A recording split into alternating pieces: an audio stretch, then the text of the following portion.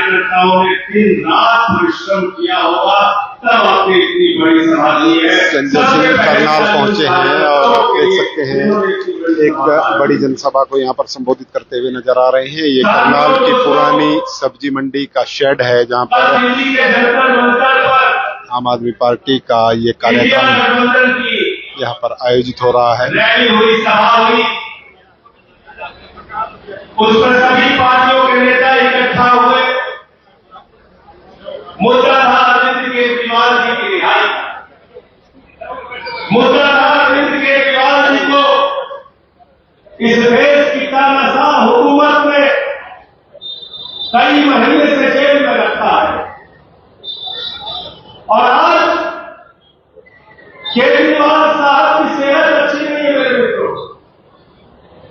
उनके साथ जेल में कोई अनहोनी घटना घटित हो सकती है।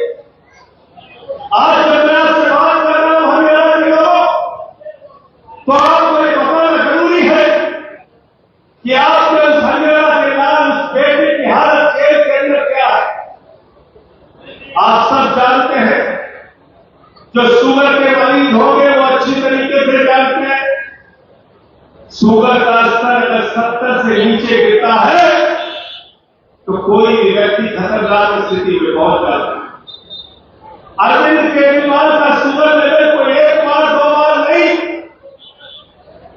करीब करीब 7 बार 5 बार 50 से नीचे चला गया, क्योंकि उनके एक मशीन लगी हुई है हाथ में जो बताती है कि शुगर लेवल इस समय कितना है। 50 से नीचे उनका शुगर लेवल कई बार चला गया।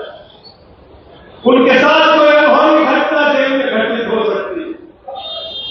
आज लेकिन बीजेपी की सरकार ने क्या किया, ईडी कोर्ट में जमानत दे दी केजरीवाल को। ईडी कोर्ट ने कह दिया केजरीवाल के खिलाफ कोई सबूत नहीं। ईडी की कोर्ट ने कह दिया केजरीवाल निर्दोष है। ईडी की कोर्ट ने कह दिया कि ईडी ने जानबूझकर अरविंद केजरीवाल को फंसाया है, लेकिन बावजूद इसके उनकी रिहाई पर रोक लगा दी गई है। ये रिहाई पर रोक तो तुम लगा सकते हो मोदी जी, ये रिहाई पर रोक तो तुम लगा सकते हो बीजेपी वालों, लेकिन दिल्ली के लोगों के दिलों में जो अरविंद केजरीवाल बसता है, हरियाणा के लोगों के दिलों में जो अरविंद केजरीवाल बसता है, उस पर आप रोक नहीं लगा सकते। इस देश के लोगों के दिलों में अरविंद केजरीवाल जो बसता है उस पर आप रोक नहीं लगा सकते।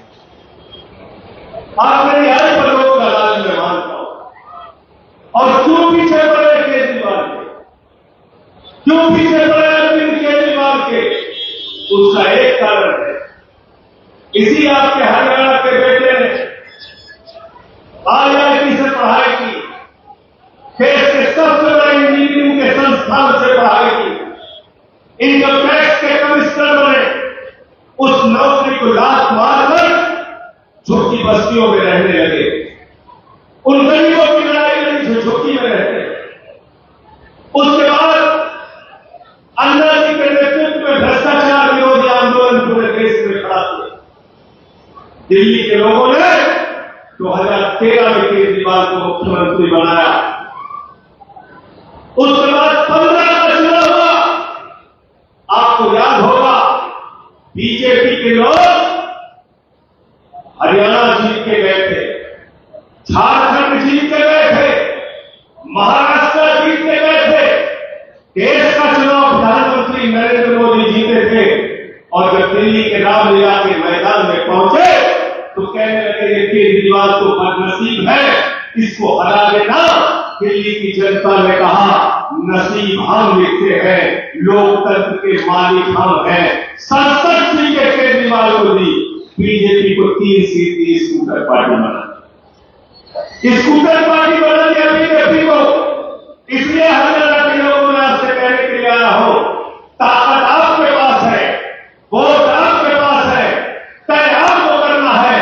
हरियाणा में किसका राज होगा, बीजेपी का होगा, कांग्रेस का होगा, चौटाला का होगा, या आम आदमी पार्टी का राज होगा, जो दिल्ली और पंजाब में बिजली फ्री दे रही है, पानी फ्री दे रही है, शिक्षा फ्री दे रही है, इलाज फ्री दे रही है, माता बहनों के लिए बस की यात्रा फ्री दे रही है, रोजगार का इंतजाम करा रही है, उस आम आदमी पार्टी को हरियाणा में लाओ। जिस दिन सरकार बनेगी पुराना बिजली का बिल भाकर फेंक देगा, बिजली का बिल जीरो किया जाएगा। जीरो होगा बिजली का बिल, यहां भी बिजली का बिल जीरो किया जाएगा।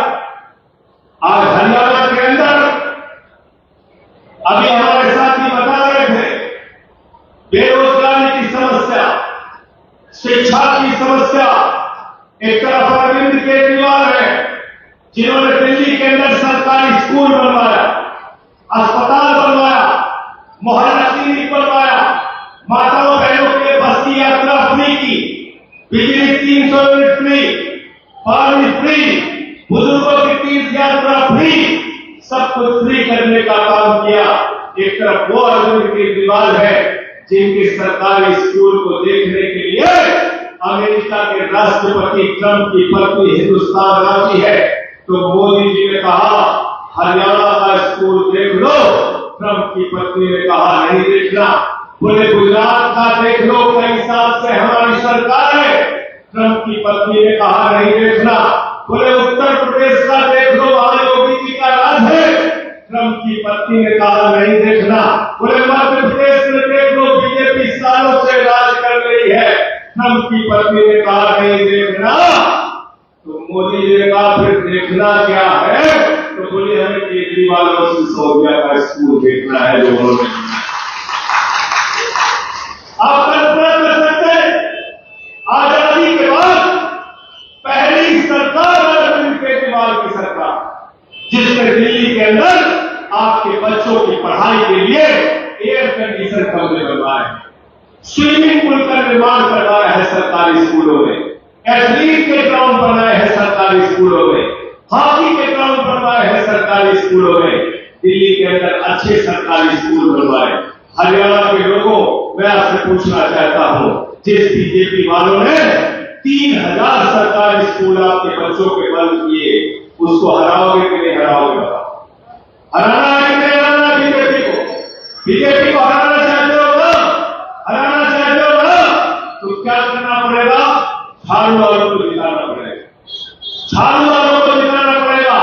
एक बार झाड़ू वालों को जिता दो, जैसे दिल्ली की गंदगी साफ की है, पंजाब की गंदगी साफ की है, ऐसे ही हरियाणा की गंदगी साफ करने का काम हम लोग करें।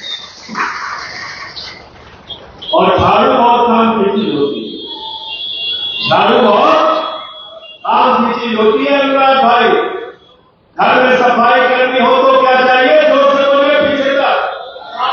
घर की सफाई करनी हो तो क्या चाहिए? झाड़ू। अरे गांव की सफाई करनी हो तो क्या चाहिए? झाड़ू। हाथ उठा के पीछे तक बोलिए।